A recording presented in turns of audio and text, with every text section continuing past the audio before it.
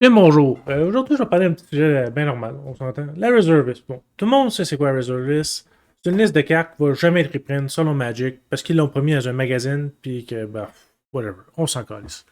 Grosso modo, les cartes vont jamais être reprint, fait que la valeur des cartes va nécessairement tout le temps monter jusqu'à temps que Hasbro décide de les reprint. Ce qui arrivera sûrement pas parce qu'ils font plus d'argent que les nouvelles affaires de Magic. Puis, des fois, ils veulent imprimer du Warhammer 4K puis du Lord of the Ring, fait qu'ils s'en foutent de la Reservist, ils s'en foutent de Legacy en fait. Donc, on va regarder quelques cartes qui sont dans 50$ et moins, qui sont encore achetables, mais beaucoup de ces cartes-là ont augmenté en prix à peu près de 40% ou de 50% dans la dernière année. C'est pas mal le dernier moment que vous allez pouvoir vraiment acheter ces cartes-là. Il y a beaucoup plus de cartes que ça qui est valide, mais c'est toutes des vidanges qui valent absolument rien. Genre, je vois pas pourquoi tu y aspirais même une pièce pour ça. Là. Même si vous les achetez, vous allez avoir une carte de reserve list, il n'y aura pas de demande pour cette carte-là par rapport par les collectionneurs. Fait que non, ça va pas. Fait que tu sais, il y a trois facteurs qui vont influencer savoir si oui ou non une carte en tant que telle va valoir de l'argent. Es-tu bonne? Es-tu un effet vraiment unique? Et est-ce qu'elle brise la color pair? On a certaines cartes là-dedans qui ont encore ces effets-là, qui sont encore très intéressants. Quand du coup Fall, cette carte-là, t'as peut-être 10$, à peu près 6 mois là-dessus. C'est une carte vraiment excellente dans les decks de black en tant que tel. Oui, il y a un downside de tapping créature, mais généralement, tu peux te servir ton commander comme enchantement rendu à ce point-là parce que ben, tu tapes ton commander en général. C'est un effet qu'on voit nulle part autre dans le black. Puis honnêtement, le seul downside, c'est un Wall Enchantment. Fait que t'en as plus qu'un, ben les Wall of Enchant décaissent. Pour ça, on va aller à Marton Stronghold. Ça me fait chier parce que je voulais faire cette vidéo-là après il y a 3 semaines, 4 semaines là-dessus. J'ai un petit peu délai. Des problèmes perso. Cette carte-là valait encore 5$. C'est un Crater Wolf dans le raid, en gros. Mais ça a été joué malheureusement dans Game Night, puis le prix a monté de 5$ à 18$. Je suis content au moins que le prix est resté acceptable. C'est rare des Crater Wolf dans le rouge. Oui, il y en a beaucoup dans le vert qui commencent à démontrer, mais c'est pas mal le seul véritable dans le rouge en tant que tel. Là. On va continuer avec un effet qui brise la color pair. À ce que je sache, c'est un des 3 seuls fogs dans le rouge. La seule crevasse. Bon, ok, faut te sacrifier une Snow Mountain. Un petit peu désagréable. Mais il y a plein de façons d'utiliser ça à ton avantage. Puis c'est un fog vraiment simple à faire, puis qui coûte vraiment rien. Je veux dire, tu sais que dans un deck, j'ai un blanc de mémoire, en tout cas, le Planewalker Commander que tu peux jouer dans rouge, vert et noir. Mais c'est un bon match, honnêtement. C'était des snows, là. Ça se récupère le prochain tour, puis tout. Il y a beaucoup de façons de réutiliser ça en tant que tel. Fait que c'est pas nécessairement une mauvaise carte, puis le prix est encore relativement acceptable. C'est pas un effet qui est désagréable, là. Tu sais, prévient tous les dégâts.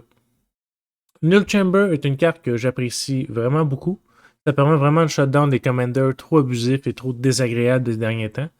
C'est sûr, certain, je vais pas faire exprès, je vais pas faire je suis tard pour Null Chamber ou whatever. C'est une carte un peu mange-marde. Mais avoir encore 6 pièces, puis c'est relativement simple de faire un deal avec un adversaire. Faire, non, ces deux commanders-là, moi je nomme lui, puis moi je nomme lui, toi tu nommes lui. Ça marche relativement bien. C'est une très bonne carte. C'est pas nécessairement une carte qui va t'amener des amis, parce qu'il risque d'avoir 2 personnes qui vont te tuer. Mais ça se défend bien. Genre, ça se prend bien. Généralement, quand t'as des défenses, ça se prend bien. Une, deux dead touch. Hein.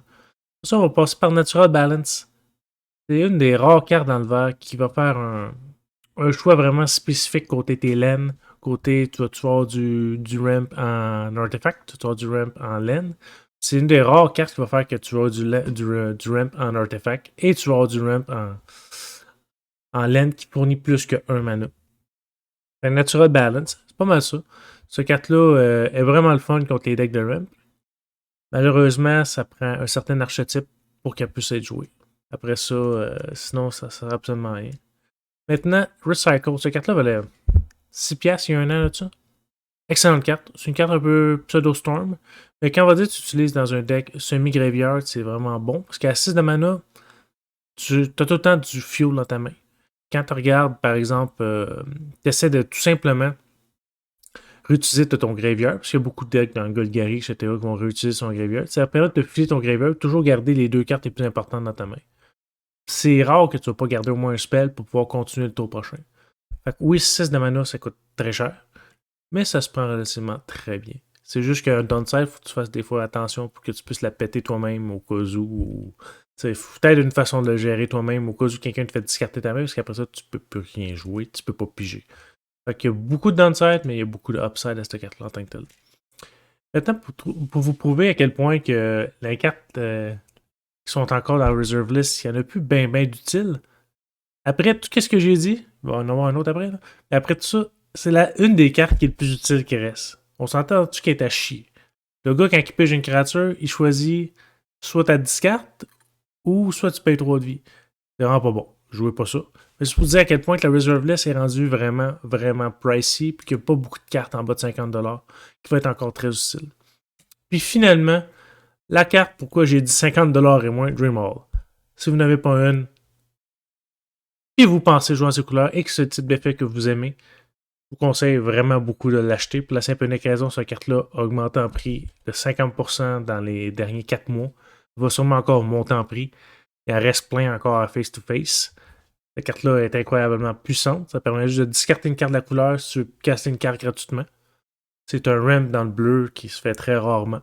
Puis Dieu sait que bleu est une carte, ma foi. Bleu est une couleur, ma foi, très faible dans Magic. Elle a besoin justement de cheater ses mana cost. Anyway, j'espère que cette vidéo-là a été fortement utile pour vous. Ça va pas mettre le dernier sur la reserve list parce qu'après ça, il ne va plus rien avoir d'achetable. Sur ce, passez une agréable journée. Au revoir.